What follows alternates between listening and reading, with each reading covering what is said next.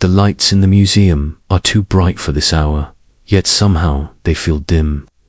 Not because they lack power, but because they illuminate things that were never meant to feel alive again. Glass cases stretch along the walls, each one holding fragments of worlds that no longer exist. Pottery shards, bronze tools, stone tablets etched with marks that look more like bird tracks than language. Your footsteps echo softly as you move through the gallery. There is no rush. There never is in places like this. History waits. In one quiet corner, far from the crowds that gather around statues and gold masks, a small object rests on a simple pedestal. It is unremarkable at first glance. A clay prism, no taller than your hand, for narrow faces. Its surface is crowded with tiny wedge-shaped impressions pressed into wet mud thousands of years ago, then baked hard by fire and time. Most visitors walk past it without stopping, but this object should make you pause, because written on its surface is a story that does not fit inside the world you were taught to believe in.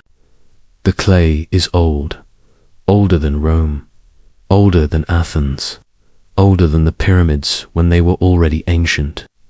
The marks on it were made by a scribe who lived in a city of mud brick and reeds, between two rivers that flooded without mercy. A man who believed that writing was sacred, that numbers carried power, and that some truths were too important to be lost even if no one fully understood them anymore. This prism contains a list, not a poem, not a myth, a list of kings. And according to this list, the first kings of humanity ruled for tens of thousands of years. Let that number sit with you for a moment. Not hundreds, not even thousands, but spans of time so vast they feel geological, longer than the entire written history we recognize today, longer than the rise and fall of all known empires combined. The first king ruled for nearly 30,000 years, another for 36,000. One after another, reigns stretch on 4 durations that defy biology, memory, and common sense. And yet the list is precise. Exact numbers, clean, deliberate, mathematical. This is not the language of fantasy. It is the language of record keeping. Then, partway down the prism, something changes. A single line divides the text like a scar. The flood swept over the land. After that line, the kings return, but they are different. Their reigns are shorter. Still long by our standards, hundreds of years, sometimes more than 1,000, but nothing like what came before. As the list continues, the numbers keep shrinking, slowly, methodically, until they reach lengths that feel almost familiar. Decades, a human lifetime. It reads less like exaggeration and more like decline, as if something was lost, as if the world itself had grown smaller. Tonight, you don't need to decide what this means. You don't need to agree with it. You don't even need to stay fully awake. Some nights, understanding comes best when you're not trying too hard to hold on to every word. If your thoughts drift, that's fine. This story was preserved by people who understood drifting, who lived beside rivers that erased cities overnight, who knew that memory fades faster than stone, and that even stone does not last forever. The scribes who copied this list did not write. Once upon a time, they wrote names, numbers, places. They wrote as if they were preserving something already old when they received it, something inherited. And that is the first unsettling thought to let settle in. The civilization that created this record believed they were not the beginning. They believed kingship descended from somewhere else, from above, from before, not invented, not discovered, handed down. If that sounds like mythology, it should.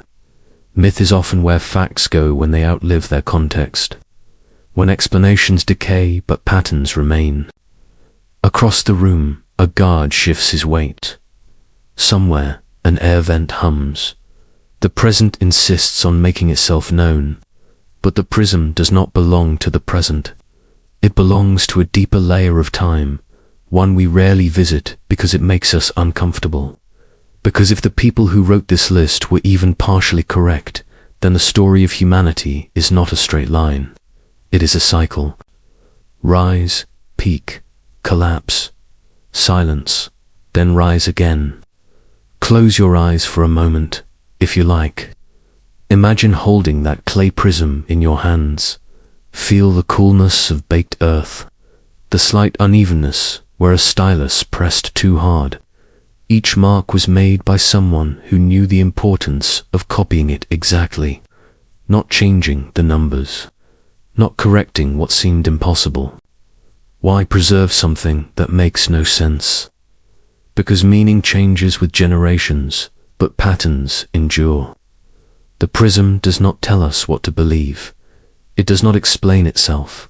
It simply waits, patient, unarguing, allowing each era to project its own understanding onto those impossible reigns. In one age, they were taken literally. In another, dismissed as myth. In another, reduced to symbolism. And perhaps in this age, they are an invitation.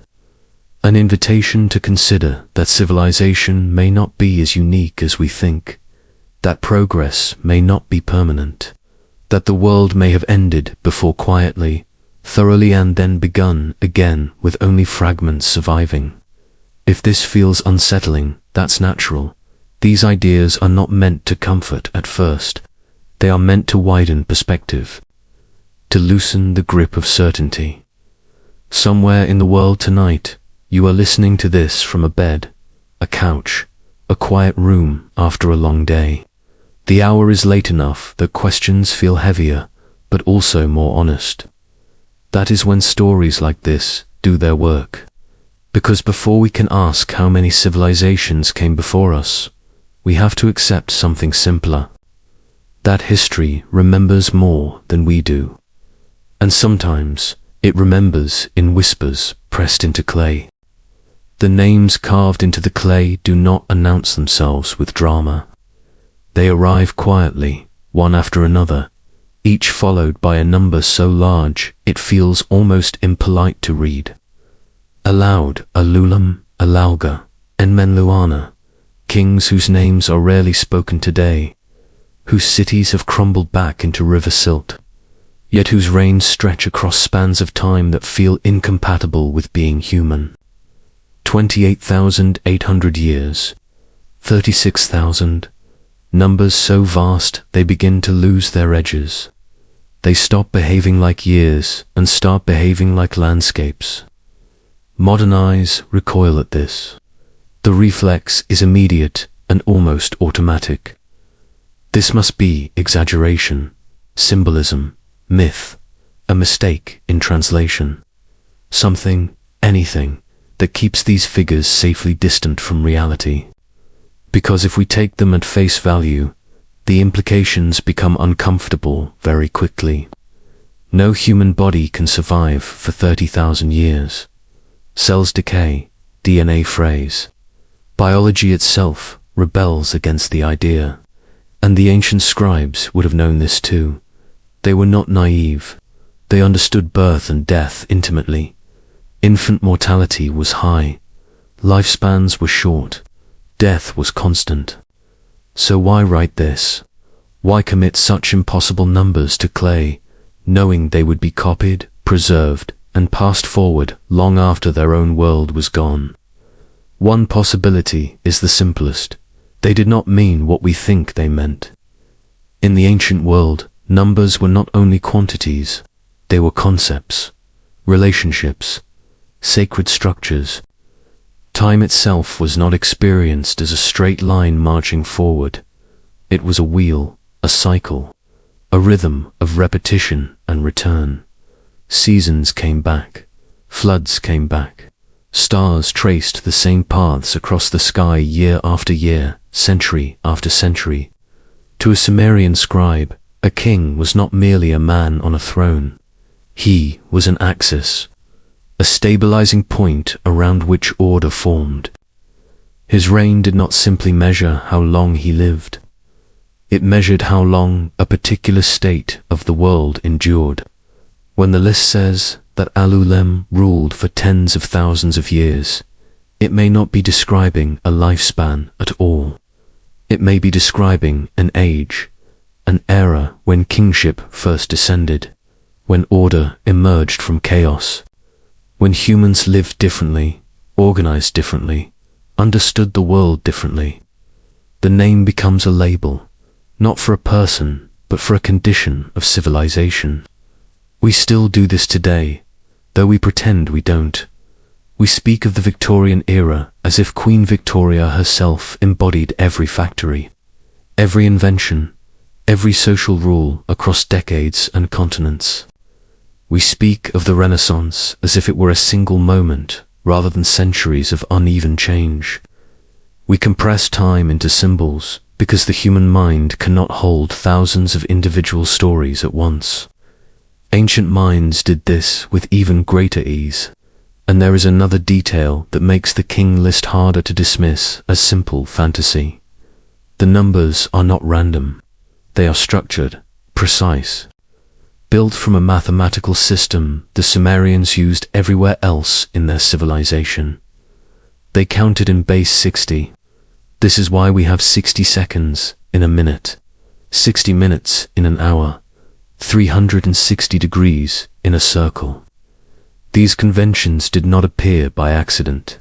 They were inherited, passed down from a culture that found deep meaning in divisibility, in cycles, in numbers that could be broken down cleanly and recombined endlessly. The reigns of the earliest kings are exact multiples of 60, of 3600, of 36,000. These were not casual choices. They were elegant ones. To a modern reader, that elegance raises suspicion. If the numbers are symbolic, then perhaps the entire list is symbolic, a myth dressed up as a record. But symbolism does not exclude memory.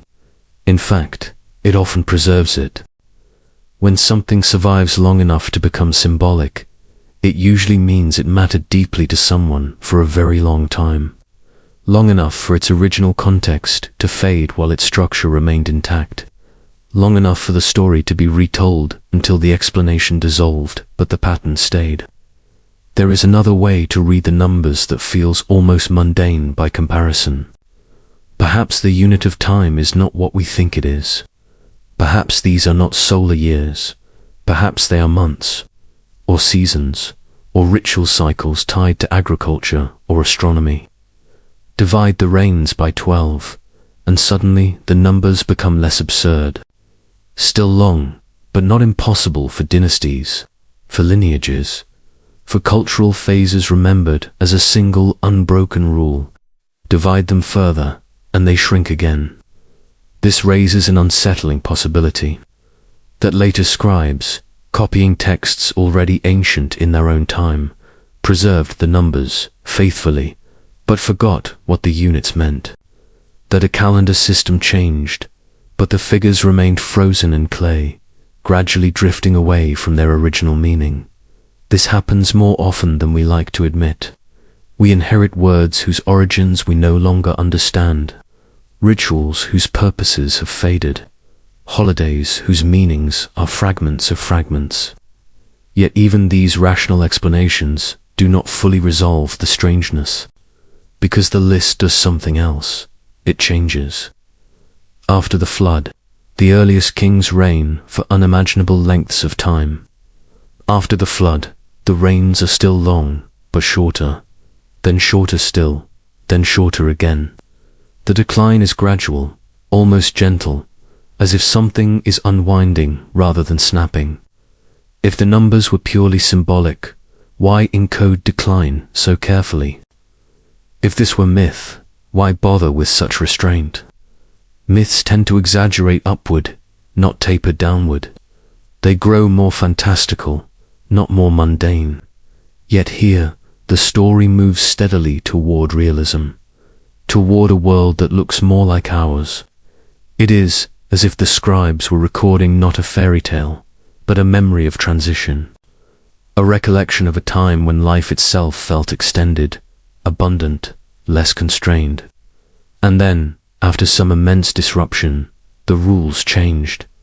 Time contracted, lifespans shortened, civilization itself felt diminished. The King List does not celebrate this change. It does not explain it. It simply records it. That restraint is important. People invent myths to explain, to justify, to comfort. But this text does none of those things. It offers no moral lesson, no warning, no praise, only sequence. Kings came, they ruled. Time passed. Then the flood came. Then things were different, and the scribes kept writing. Imagine being one of them, centuries after the list began. You know how long people live now. You know how long kings reign now. And yet the tablet in front of you insists that once this was not the case, that once time itself behaved differently. Do you correct it? Or do you copy it exactly, trusting that someone in the future might understand what you no longer can?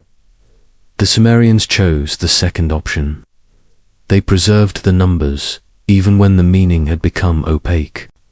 They treated the list as sacred chronology, something inherited, something not to be altered, only transmitted. That choice alone tells us something profound. They believed the past was deeper than memory. And they believed that even if understanding was lost, preserving the pattern mattered. As you listen, you don't need to decide whether these kings were men, dynasties, eras, or something else entirely. The important thing is simpler. The list insists that before recorded history, before familiar time, there was something else, something vast, something ordered, something that ended, and what came after was not a beginning, but a rebuilding. Let that idea rest with you for now. Like the numbers themselves, it doesn't demand belief, only attention. There comes a point when staring at numbers like these for long enough, where the mind quietly gives up trying to force them into familiar shapes. Years stop feeling like years. Lifetimes stop feeling biological, and something subtler begins to happen. You stop asking how long, and start asking what kind of time this is meant to describe. This is where the modern reader usually makes a mistake. We assume the ancients were trying and failing to do what we do now, to record history as a sequence of literal events measured in objective units. But the people who pressed these marks into clay did not experience time that way. To them, time was not an arrow, it was a tide. The sun rose and set. The rivers flooded and retreated. Crops grew, died, and returned. Even the stars repeated themselves, tracing the same slow patterns across the heavens over spans far longer than any human life. Stability did not come from progress, but from rhythm. So when ancient scribes recorded time, they were not counting minutes slipping away. They were mapping cycles. In that world, a king was not merely a ruler of people. He was a hinge between heaven and earth, a living symbol of order itself. His reign marked not just governance, but cosmic balance. When kingship was strong, the world was aligned. When it failed, chaos crept in. Seen through that lens, the Sumerian King List begins to look very different. Those early names, Alauga, Enmenlawanista, reading like individuals and start behaving like chapters. Epochs, vast stretches of cultural memory, compressed into single figures because the human mind needs anchors. It needs names to hang time on. This is not speculation pulled from nowhere. We still do this instinctively. We say the age of Rome, as if a city-state somehow embodied centuries of political evolution. We speak of the Enlightenment as though it were a unified consciousness rather than a messy overlap of thinkers spread across generations. We let a single label stand in for complexity too large to hold otherwise. The ancient world simply did this more openly, and the Sumerians had another reason to think this way. Their mathematics, their number system was not designed for counting sheep alone. It was designed for astronomy, for tracking planetary cycles, for measuring the slow, almost imperceptible movements of the sky. Base 60 was not chosen because it was convenient, it was chosen because it mirrored the cosmos as they observed it. Many of the reign lengths in the King List reduce cleanly into astronomical numbers, multiples of 60, of 3600, of 36,000. These were not arbitrary. They were beautiful, balanced, harmonious. Some researchers have noted that certain totals in the list echo cosmic cycles far larger than human history. The slow wobble of Earth's axis, the long return of star positions across millennia, cycles that repeat not in years, but in ages. If the earliest kings represent cosmic eras rather than flesh and blood rulers, the list stops being absurd. It becomes poetic, a way of saying there was a time when the world moved differently. Still, poetry alone does not explain everything. There is another layer that makes the King List harder to dismiss than most ancient myths. It is not timeless. It is directional. The list does not float in a mythic haze where everything is eternally perfect or eternally broken. It moves, it changes, it descends. After the flood, the rains shorten, then shorten again. The shift is not abrupt. It is gradual, almost mournful, as if the scribes were recording not a single disaster, but a long process of diminishment. This mirrors something deeply human. When societies collapse, they rarely vanish overnight. Knowledge erodes, skills simplify. Complex systems become brittle. What once felt natural becomes difficult.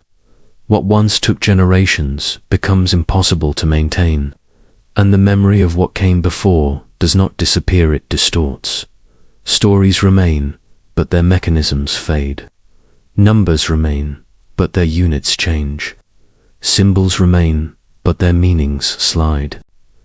Imagine inheriting a machine without instructions. You can see that it once did something extraordinary. You can tell it mattered, but you no longer know how it worked or why it was built that way. All you can do is preserve it, repeat what you were taught, and hope someone later will understand. That may be exactly what the Sumerian scribes were doing. They were not inventing the past. They were copying it. And they were doing so long after the world that created those numbers was already gone. There is a quiet humility in that act. They did not claim to understand the reigns of the earliest kings. They did not try to rationalize them. They simply recorded them as they had received them, as if saying, this mattered to someone before us. That is enough reason to pass it on. This is why the King List feels different from pure mythology. Myths tend to explain. This document refuses to. It offers structure without commentary, data without interpretation. And that restraint is powerful. It leaves room for the possibility that these numbers encode something we no longer know how to read.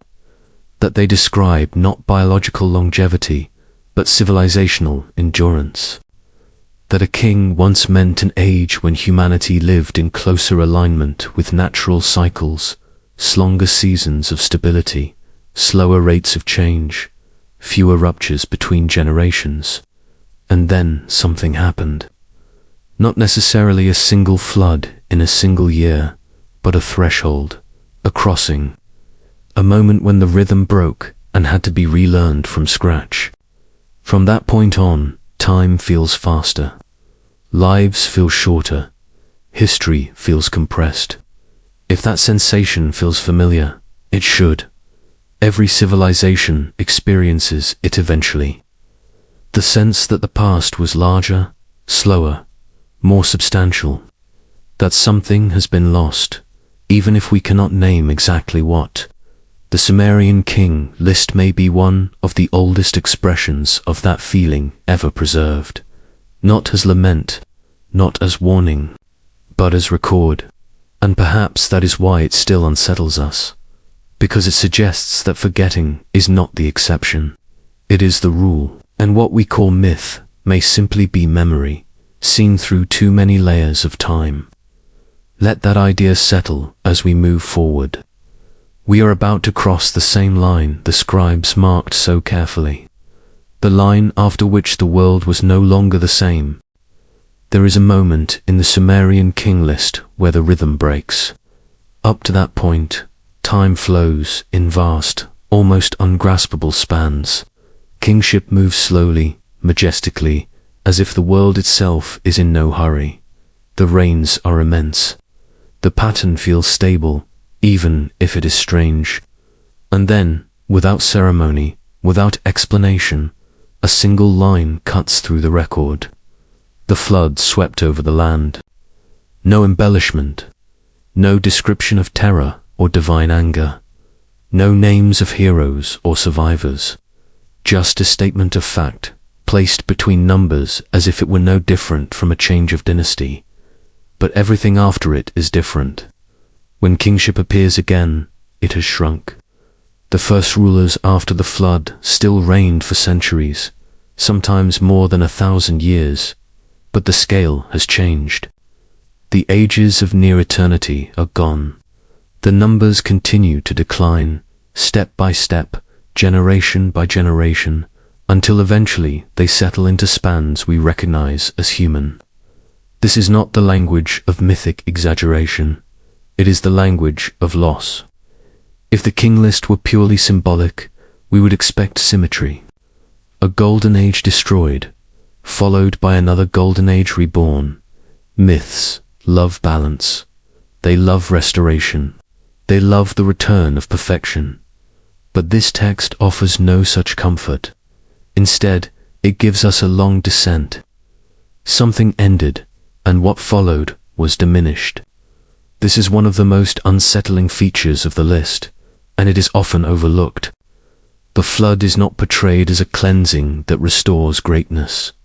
It is a boundary, a fracture in time, a point beyond which the world no longer functions the way it once did. Whatever existed before the flood was not fully recovered, and the scribes knew this. You can almost feel it in the way the numbers fall, not abruptly, but gradually, as if the world is adjusting to new limits, as if people are relearning how to live inside a narrower horizon. This pattern appears again and again in human history. After the collapse of complex societies, survivors do not simply rebuild what was lost.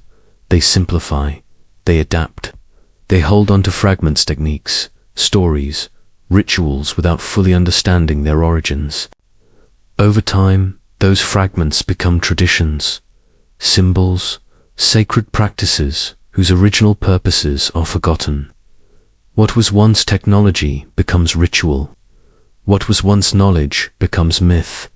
And what was once lived experience becomes legend.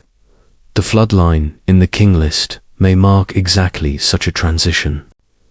Not necessarily a single event that covered the entire earth in water, but a threshold where continuity was broken. A point where accumulated knowledge could no longer be maintained. Where systems too complex to survive disruption collapsed, leaving behind only what could be remembered, sung, or written down in simplified form.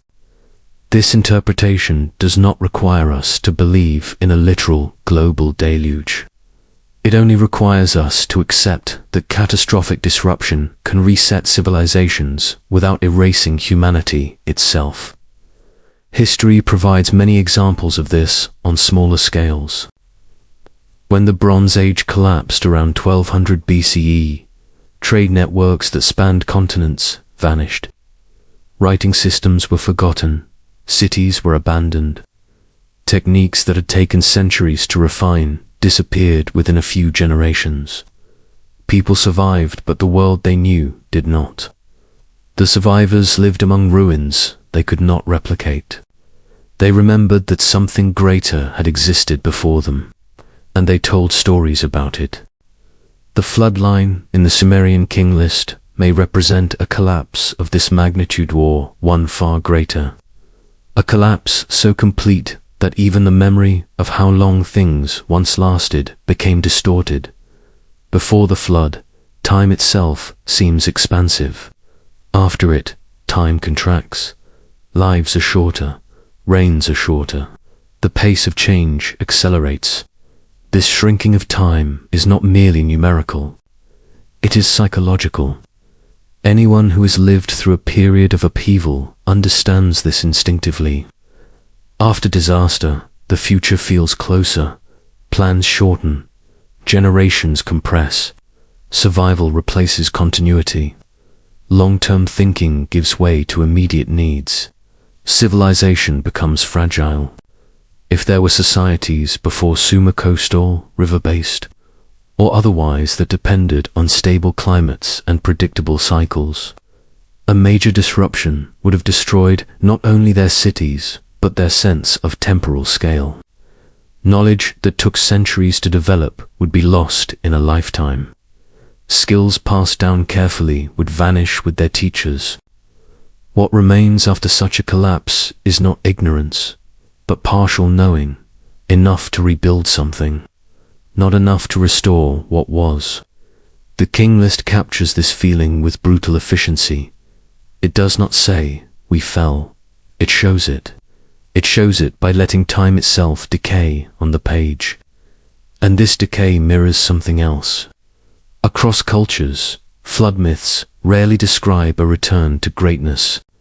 They describe survival, a remnant, a new beginning that is always smaller than what came before. Noah lives, but Eden is gone. Manu survives, but the golden age does not return. Deucalion rebuilds humanity, but the gods no longer walk openly among men. The pattern is consistent. After the flood, the world is thinner, less enchanted, more constrained. The Sumerian scribes did not need to explain this. They lived it. Their cities were built atop ruins. Their temples were stacked one on another, generation after generation, each layer preserving the outline of the one before it. Beneath their oldest structures lay flood deposits, clean layers of silt that marked a time when water had erased everything above it. They knew the world could end without ending humanity. They knew that rebuilding did not mean restoring. So they wrote a list that reflected that truth. And then they did something remarkable. They continued the list until it reached kings whose reigns could be verified by other records. Kings who ruled for decades, not millennia. Kings whose names appear in multiple sources. Kings who feel historical in the way we define history today. This transition is seamless. There is no moment where the list says, "Now we are being realistic." The ancient and the familiar sit side by side, connected by a slow tapering of time. This continuity suggests that the scribes saw no contradiction between the impossible past and the ordinary present. To them, both belonged to the same story. A story that began long before their own civilization and would continue long after it. As you listen, you may feel the temptation to draw a line here, to say, this is where myth ends and history begins. But the King List does not allow that comfort. It refuses to tell us where memory stops and invention starts. Instead, it asks a quieter question. What if the floodline is not about water at all? What if it marks the moment when human history lost its depth? When accumulated experience collapsed into legend? When civilization stopped inheriting the full knowledge of its ancestors and began, slowly, to forget? If that is the case, then the most important thing about the flood is not what caused it. It is what it changed. Because after it, the world no longer remembers itself the same way, and neither do we. If the Sumerian King List stood alone, it would be easy to set it aside as an anomaly, a curiosity from a distant culture with unfamiliar ways of thinking. One strange document among many, interesting but ultimately isolated. But it does not stand alone. Once you notice its pattern, it begins to echo, not faintly, not vaguely, but clearly, insistently, across continents and millennia, in places that never shared language, trade, or contact. Cultures separated by oceans, mountains, and tens of thousands of years tell the same story in different voices, as if they are all remembering the same outline, even if the details have drifted. In ancient India, time itself is described as a wheel. The sacred texts speak of the yugas, great ages through which the world endlessly cycles. The first is the Satya Yuga, a golden age of truth and harmony. Humans live for thousands of years. Violence is rare. Wisdom is natural. The world feels close to the divine. Then comes the Treta Yuga, still noble but diminished. Lifespans shorten, moral clarity fades. After that, the Devapara Yuga, marked by conflict and imbalance. And finally, the Kali Yuga, the age of darkness, the present age where lifespans are short, chaos is common, and spiritual understanding is rare. Each age is shorter than the one before it. Each represents not progress, but decline. When the Kali Yuga reaches its end, the world is destroyed and reborn. The cycle begins again with a new golden age, not as a continuation, but as a reset. This is not linear history. It is cyclical cosmology, and the structure is precise. Ratios between the ages are carefully defined. Numbers are exact, not poetic. These are not fairy tales meant to entertain. They are frameworks meant to endure. Move west, and the pattern appears again. The ancient Greeks spoke of the ages of man. First, the Golden Age, when humans lived like gods, free from labor and suffering. Then the Silver Age, still peaceful, but less wise.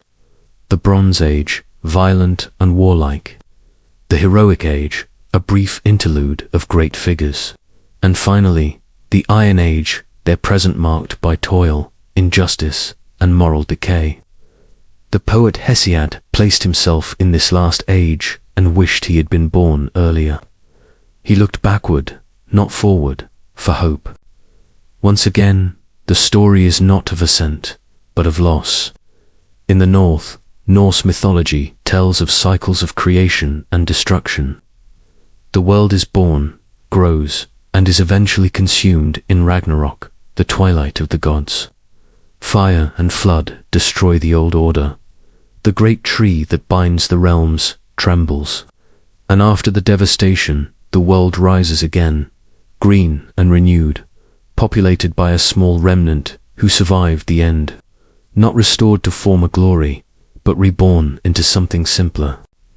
In ancient Persia, Zoroastrian tradition describes a world history divided into fixed ages, totaling 12,000 years. Each age brings humanity closer to a final reckoning, after which the world is purified and time itself ends. The universe is not eternal in this view. It is structured, finite, and purposeful. Across the ocean, Mesoamerican civilizations preserved similar ideas. The Aztecs believed the world had been created and destroyed 4 times before the present age.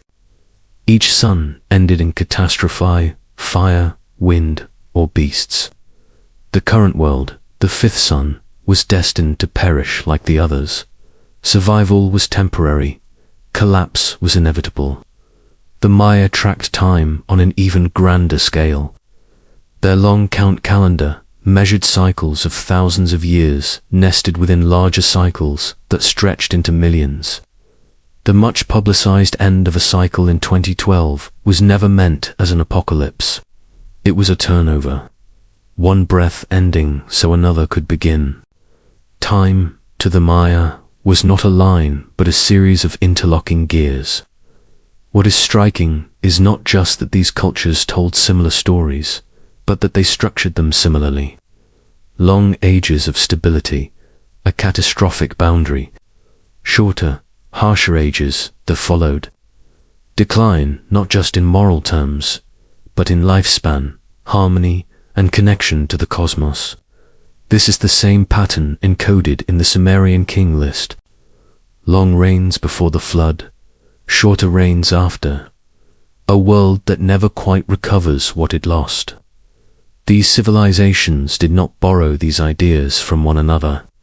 There is no evidence of shared origin, no common scripture passed between them. Yet the structure repeats with uncanny consistency. The standard explanation is comforting in its simplicity. Humans everywhere experience floods, droughts, earthquakes, and fires. We fear death. We watch our elders lament that the past was better. We project these experiences onto cosmic scales and invent myths of golden ages and fallen worlds. There is truth in this explanation, but it does not account for the specificity, the precise ratios of the ugas, the exact reign lengths in the king list, the careful sequencing of decline across generations. These are not vague once-upon-a-time stories. They are systems, timelines, attempts to organize memory. What if these are not inventions, but compressions? What if they are cultural memories stretched thin by time, reshaped by retelling, but still carrying a recognizable outline of something that actually happened? Not a single global catastrophe, but repeated resets. Civilizations rising, reaching complexity, and then collapsing under pressures they could not survive. Each time, a remnant carries fragments forward. Stories, numbers, warnings, over generations. Mechanisms are forgotten, but patterns endure. This would explain why myths from different cultures align without matching in detail. Memory does not preserve specifics well. It preserves structure, sequence, emotion. There was a time of greatness. There was a catastrophe. We survived. The world that followed was smaller. If this sounds familiar, it is because it is happening now, in miniature, everywhere. Languages die, skills vanish, technologies become unreadable within decades. We already struggle to access data from just 50 years ago as formats become obsolete. Scale that process across millennia, and it becomes myth. The idea that humanity has risen and fallen before is not a claim that ancient people had jets or satellites. It is a quieter, more unsettling suggestion that complexity itself is fragile, that knowledge does not accumulate forever, that each generation inherits less than it assumes and forgets more than it realizes. The Sumerian King List may be the earliest written hint of this truth, but it is far from the only one. Across the world, ancient cultures looked backward and saw a larger past behind them. They did not imagine themselves at the beginning of time. They saw themselves as latecomers, living in the aftermath of something older and greater. If so many civilizations believed this, independently, it raises a question that is difficult to dismiss. What if they were not all wrong? What if they were all remembering the same kind of thing? Not a shared event, but a shared pattern, one that repeats. And if that pattern is real, then the story of civilization does not begin with Sumer. It begins much earlier, and it may not end with us. Let that thought drift for a moment. You don't need to chase it. Just let it rest, like an echo that hasn't fully faded yet. Because next, we turn away from stories and numbers and ask a different witness entirely, the earth itself. Stories can be forgotten, reshaped, misunderstood. Numbers can be misread. Myths can be dismissed. But the earth is a different kind of witness. It does not remember in words. It remembers in layers. Long before the first city walls were raised, before the first king was named, The planet itself was already writing a record, one grain of sediment at a time. Ice cores, ocean floors, river deltas, each one a slow, patient archive, storing evidence of changes so vast that human memory alone could never hold them. Around 12,000 years ago, something fundamental happened. The last ice age ended. For tens of thousands of years before that moment, enormous ice sheets covered much of the northern hemisphere. Sea levels were far lower than they are today, by more than 100 meters in some places. What are now coastlines were once fertile plains. What are now shallow seas were once valleys where humans lived, hunted, traded, and told stories beneath open skies. Then the climate shifted, not gently, not evenly, but in pulses, sudden warmings followed by instability. Glaciers melted, ice walls retreated, and as they did, the oceans rose, not inches per year, but meters per century. In geological terms, it was rapid. In human terms, it was devastating. Coastlines vanished. Rivers flooded far beyond their banks. Entire regions that had been inhabited for generations were swallowed by water. For people living through it, there would have been no sense of gradual change, only loss, familiar landmarks disappearing, burial grounds drowned, roots erased. This was not one flood. It was the slow unmaking of a world. Modern archaeology struggles here, not because the evidence does not exist, but because it lies where we rarely look. Underwater, beneath layers of sediment, beyond the reach of most excavation tools. The sea does not preserve architecture kindly. Stone fractures, wood decays, metals corrode. After 10,000 years beneath salt water, even monumental structures become ambiguous shapes, easily mistaken for natural formations. This creates a profound blind spot in our understanding of the past. We know anatomically modern humans have existed for at least 200,000 years. We know behaviorally modern humans, capable of symbolic thought, art, complex language, have existed for at least 50 to 70,000 years. That is an immense span of time. And yet, most of what we confidently call civilization fits into the last 10,000 years. That leaves a long silence. What were humans doing for the other 40 or 60,000? The conventional answer is simple. They lived as small bands of hunter-gatherers. They survived, but did not build. They innovated slowly. They left behind stone tools, cave paintings, scattered campsites.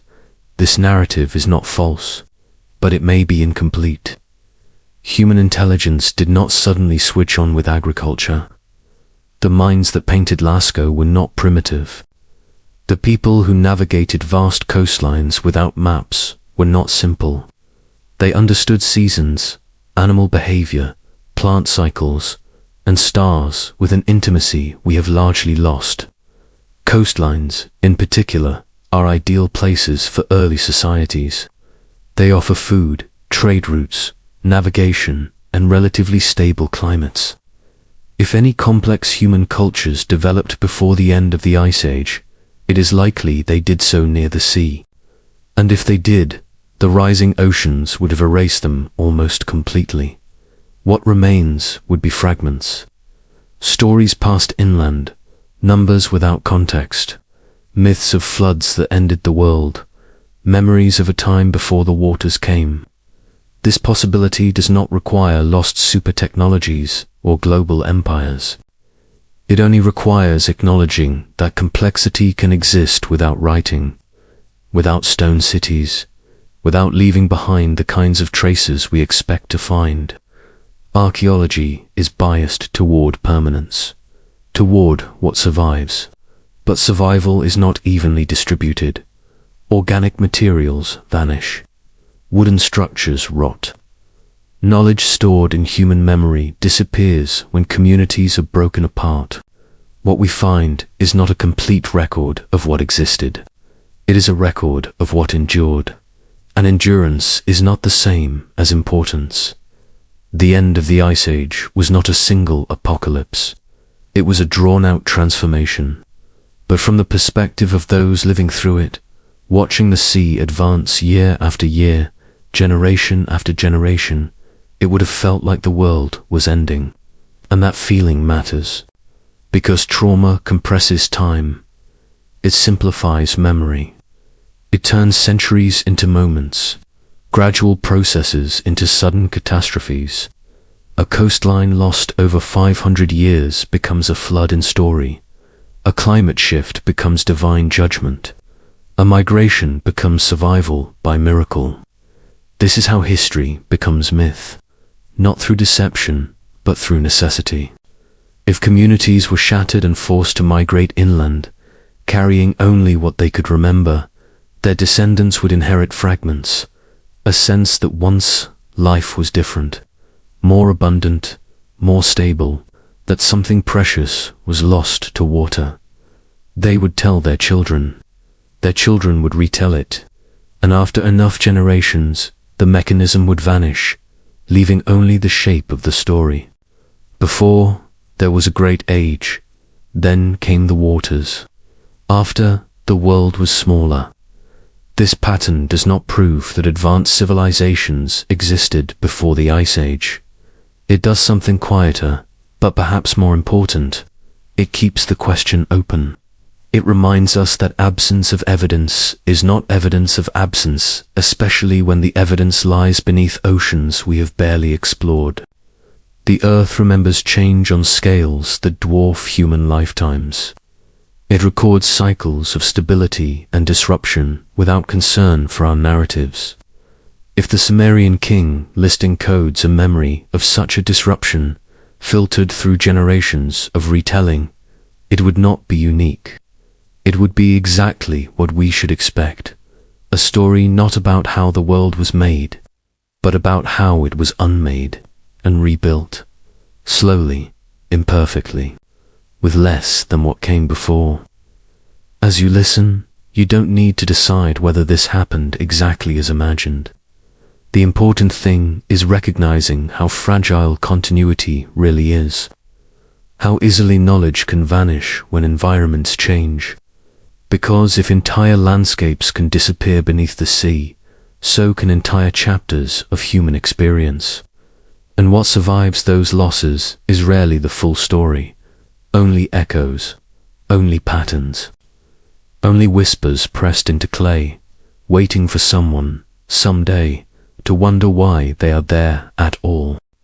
Every so often, the earth gives something back, not clearly, not generously, but just enough to make the story uncomfortable again. These are the places that do not fit, the sites that appear too early, too complex, too deliberate to sit comfortably inside the timelines we prefer. They do not shout, they simply exist massive, silent, and stubborn, forcing us to decide whether to look more closely or look away. One of these places lies on a quiet hill in southeastern Anatolia, Göbekli Tepe. When it was first excavated, it unsettled archaeology in a way few discoveries ever do. Massive stone pillars, some weighing more than 15 tons, carved with animals, symbols, and abstract forms, carefully arranged in circles, precisely oriented, clearly ceremonial, clearly intentional, and dated to around 9500 BC. This was before agriculture, according to conventional models, before permanent settlements, before surplus food, social hierarchies, or the kinds of labor specialization thought necessary to build monumental structures. The people who built Göbekli Tepe were, by every standard measure, hunter-gatherers, and yet they organized hundreds of workers. They quarried stone. They transported it. They carved it with skill. They designed a space that required planning, coordination, and shared purpose across generations. Then, after centuries of use, they buried it. Not abandoned, buried. Thousands of tons of earth were deliberately piled over the structures, preserving them like a time capsule. There is no clear explanation for why, only speculation, ritual closure, cultural shift, environmental change. Whatever the reason, the act itself implies foresight, an understanding that something was ending and that it needed to be sealed away. Göbekli Tepe does not prove the existence of a lost global civilization. It does something more subtle. It proves that complexity can appear far earlier than we expected. It proves that the story of human development is not a simple ladder climbed rung by rung. Sometimes it loops. Elsewhere, the questions become more contentious. In Indonesia, Gunung Padang rises like a terraced pyramid beneath dense vegetation. Local traditions long held it to be ancient. Excavations revealed layers, some clearly human-made, others ambiguous. Some researchers argue that deeper strata date back far earlier than mainstream archaeology accepts, possibly tens of thousands of years. Others strongly dispute this, attributing the deeper layers to natural geological formations.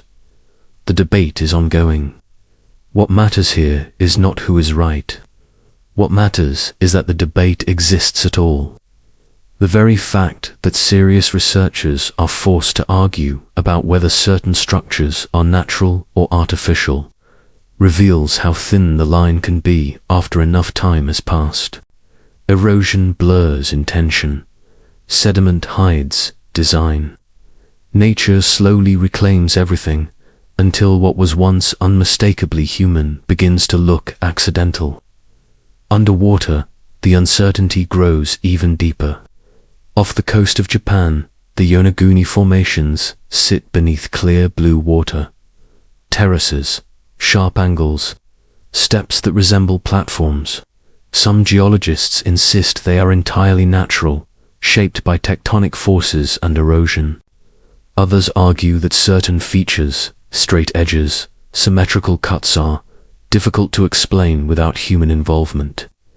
If any part of Yonaguni were artificial, it would have been built when sea levels were far lower, during the last ice age.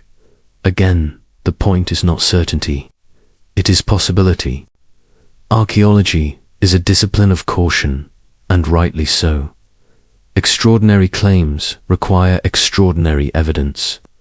But caution can quietly become assumption. An assumption can harden into narrative. What these anomalous sites suggest is not that our ancestors possessed forgotten super technologies, but that our criteria for civilization may be too narrow. We look for writing, we look for cities, we look for metal, but human organization does not begin with those things. It begins with shared meaning, with ritual, with memory, with coordinated effort toward something larger than immediate survival. A society capable of building monumental ritual sites may not leave behind roads or palaces. A culture rooted in oral tradition may encode its most important knowledge in song, symbol, and spatial alignment rather than text. And when such cultures are disrupted by climate, migration, or collapse, their physical traces vanish quickly. What remains are oddities, structures that seem out of place, timelines that feel strained, and documents like the Sumerian King List, which speak of deep time without explaining how it should be read. Taken together, these things form a pattern of unease rather than proof. They suggest that human history may be punctuated by peaks of complexity that rise and fall without leaving behind the kinds of evidence we expect. That civilization is not a single invention, but a recurring behavior. Sometimes it takes the form of cities and writing. Sometimes it takes the form of stone circles and buried temples. Sometimes it leaves nothing but stories. If even one pre-agricultural society achieved a level of organization capable of shaping landscapes and coordinating large populations, it would force us to rethink the assumption that complexity only flows in one direction, from simple to advanced, from primitive to modern. The past may not be a straight road. It may be a series of overlapping paths, some leading forward, some looping back, some vanishing entirely beneath water and time. Göbekli Tepe stands as a quiet reminder of that uncertainty, a place where the ground itself refuses to tell a simple story. As you listen, you may feel the temptation to draw conclusions, to decide whether these sites prove or disprove anything. You don't need to. Their power lies in what they unsettle, not in what they confirm. They loosen the frame. They widen the door. They suggest that the King List, as impossible ages, may not be talking about a world that never existed, but about one we no longer know how to recognize.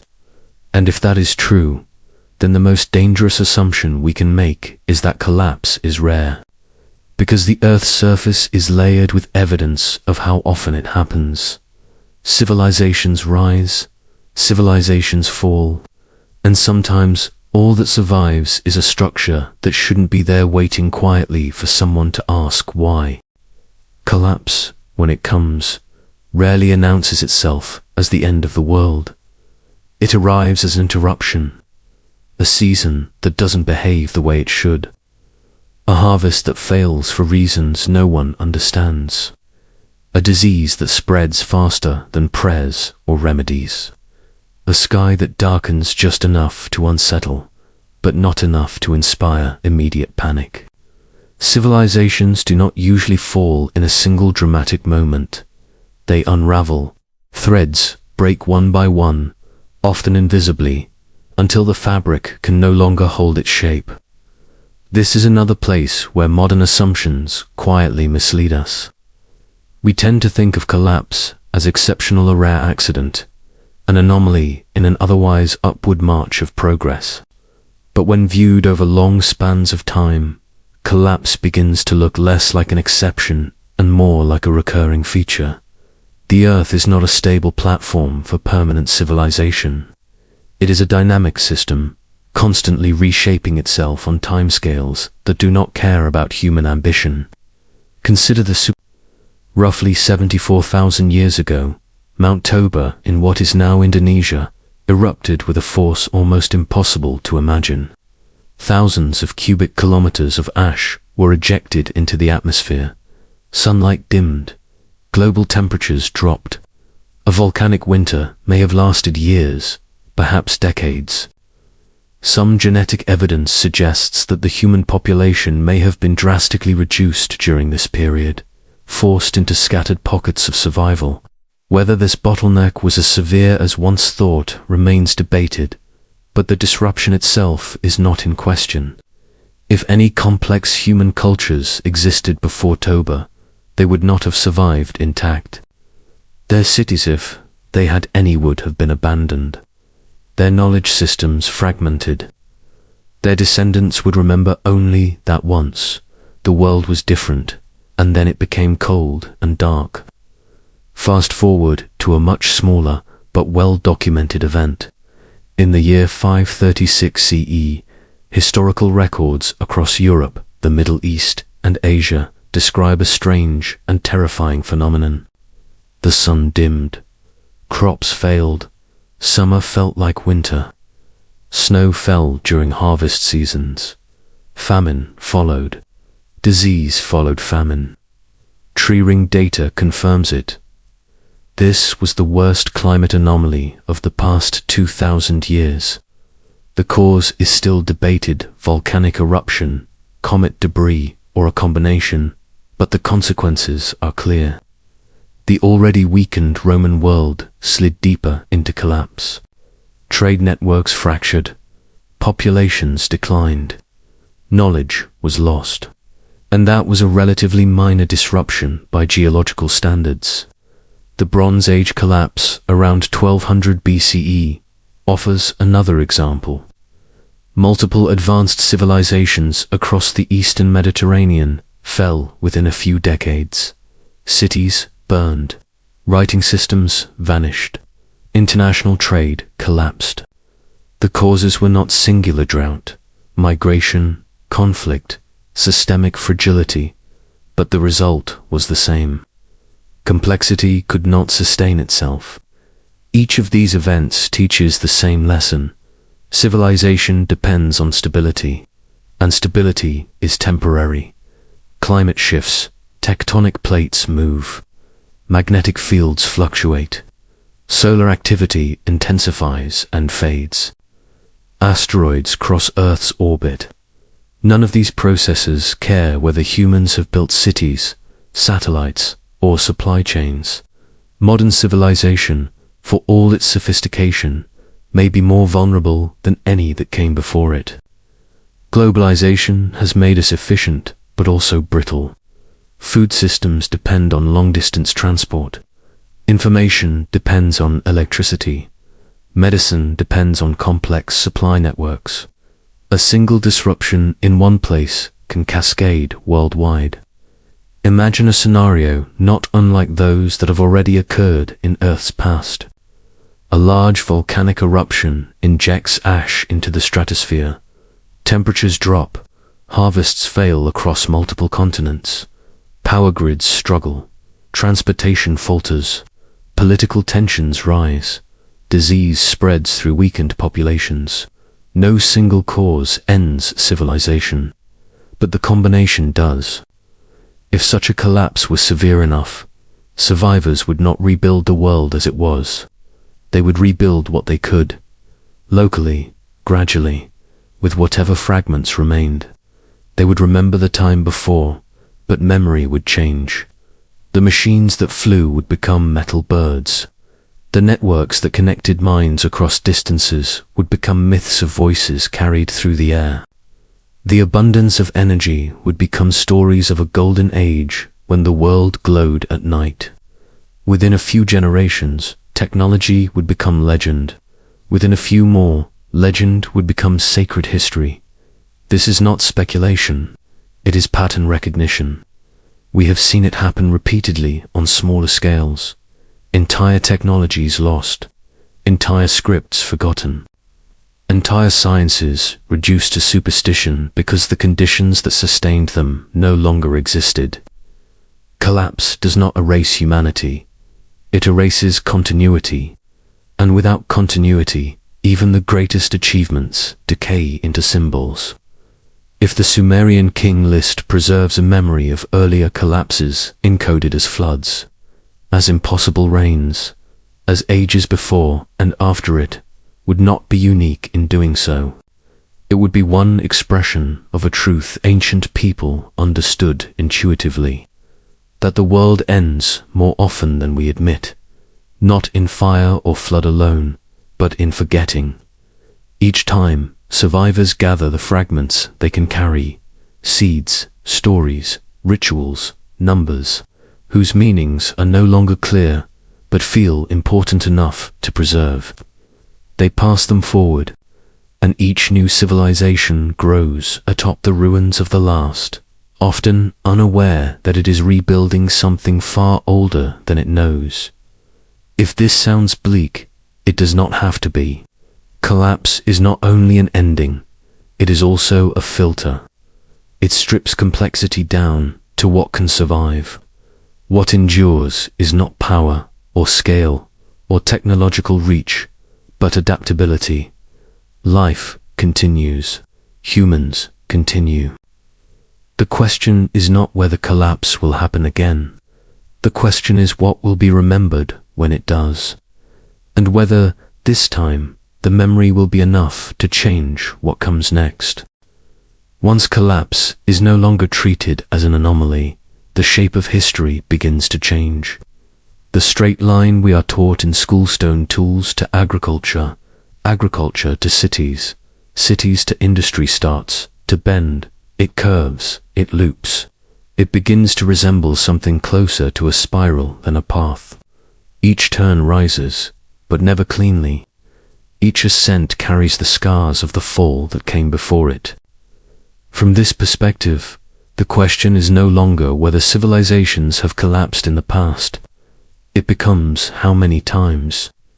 If we trace human history not by inventions, but by patterns of organization, a different sequence emerges, one that does not contradict archaeology, but reframes it. The first great shift comes when humans settle, when nomadic bands begin to return to the same places season after season. They build semi-permanent structures, they shape landscapes, they develop ritual spaces that anchor memory. This is not yet civilization as we define it, but it is the seed. That seed may have sprouted more than once. A localized civilization forms. It develops agriculture or proto-agriculture. It builds trade networks. It learns to read the sky. It organizes labor. Then climate shifts, or resources are depleted, or conflict erupts. The system collapses before it spreads far enough to leave an indelible mark. Survivors carry fragments forward. The next cycle begins higher. This time, agriculture spreads wider. Villages become towns. Towns become cities. Writing appears not everywhere, but in some regions. Metallurgy develops. Calendars are refined. This civilization leaves clearer traces. We recognize it as ancient history. Then it collapses again. Trade routes fracture. Cities burn. Knowledge centralizes and then disappears. Writing is forgotten. Population declines. A dark age follows not because humanity regresses, but because complexity cannot be maintained without stable systems. Then comes another rise. This time, empires form. Roads span continents. Philosophy, mathematics, and engineering flourish. We call this the classical world. Greece, Rome, Persia, Han China, Maurya India. Vast systems of law, infrastructure, and thought. And then, predictably, it too declines. Not everywhere at once. Not for the same reasons, but the pattern holds. Systems become too complex. Resources strain. Political structures ossify. Shocks, plagues, invasions, climate shifts push them past recovery. The survivors rebuild. Slower this time. Monasteries preserve fragments of knowledge. Oral traditions carry stories forward. Techniques survive in guilds. Writing persists, but narrows. The world feels smaller again. Then comes another acceleration. The medieval world gives way to the Renaissance. Printing spreads ideas. Science begins to formalize. Navigation expands horizons. Energy use increases. Industrialization transforms societies at a pace never seen before. And here we are. A civilization that spans the planet, that extracts energy from ancient sunlight stored in fossil fuels, that communicates instantly across continents, that stores its knowledge not in stone or clay, but in fragile magnetic states and electric charges. If we count civilizations not by names, but by these waves of organization, collapse, and rebuilding, then our own era does not look like the first. It looks like one more turn of the spiral. Whether we call it the 6th, the 7th, or the 10th matters less than recognizing the pattern itself. Each cycle rises higher than the last in some ways. Each inherits more accumulated knowledge, but each also becomes more dependent on systems that are vulnerable to disruption. The Sumerian King List, read this way, becomes something other than a list of rulers. It becomes a compressed memory of cycles. 8 great kings before the flood. Not 8 men, but 8 eras. 8 long experiments in human organization that eventually reached a breaking point, then a reset. Then shorter cycles, faster turnover. A world that no longer has the luxury of deep, slow time. Seen through this lens, the idea that we are the 7th civilization is not a claim to precision. It is a metaphor, a way of saying, we are not the first to think we are at the peak. Every civilization believes it stands at the edge of permanence. that it has finally broken free from the fragility that ended those before it, that its knowledge is too widespread to be lost, its systems too advanced to fail, and every civilization is eventually proven wrong.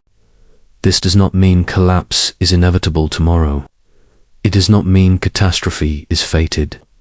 What it means is simpler and more demanding. It means continuity is not guaranteed. If history is a spiral, then progress is real but conditional. Each turn upward depends on what is preserved from the last. Each fall determines what can be carried forward. This reframes the present moment in a quiet but profound way. We are not the culmination of history. We are a custodian. We hold more accumulated knowledge than any civilization before us. But we also face risks on a scale none before us ever did.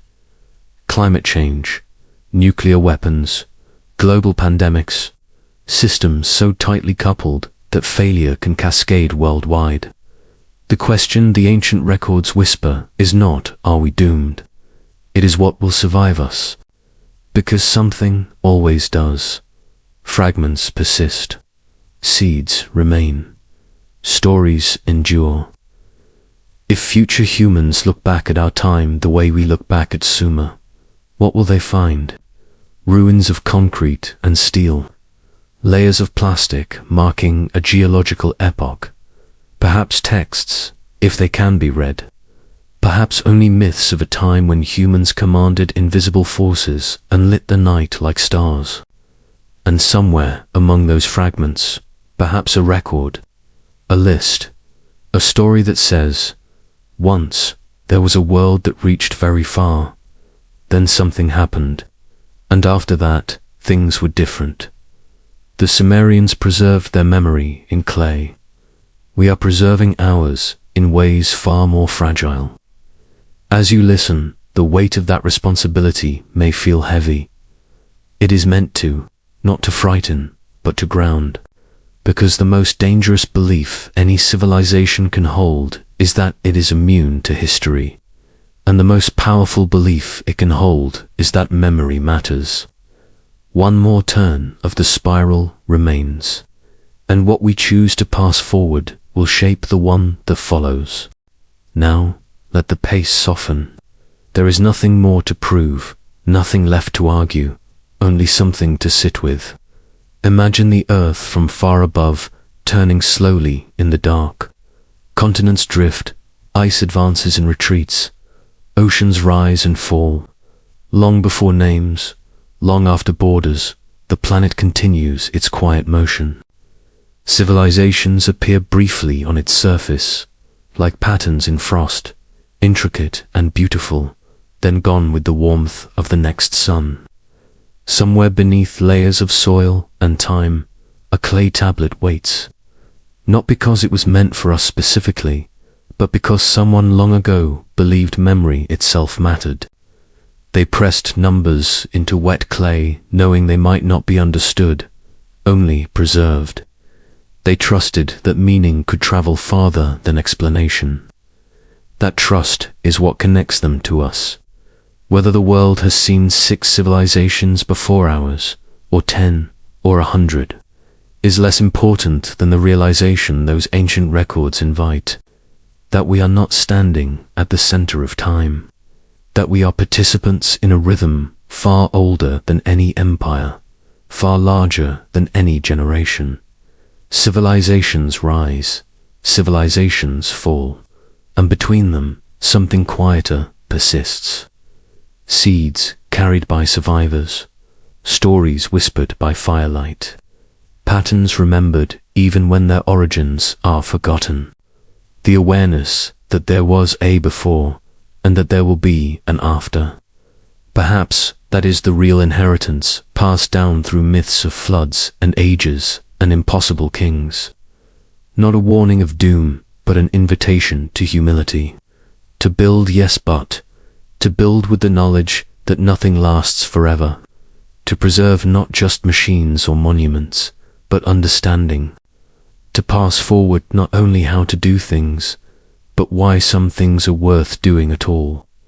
If one day our own cities fall silent, if our lights go out and our networks fade, something of us will remain. Maybe not as we imagine it, maybe only as fragments, but fragments are enough to begin again. So, as the story fades, let that thought rest gently with you. You are part of a long chain, not the first link, not the last. What matters is that the chain continues, and that each link holds long enough to pass something meaningful forward. The rest can wait.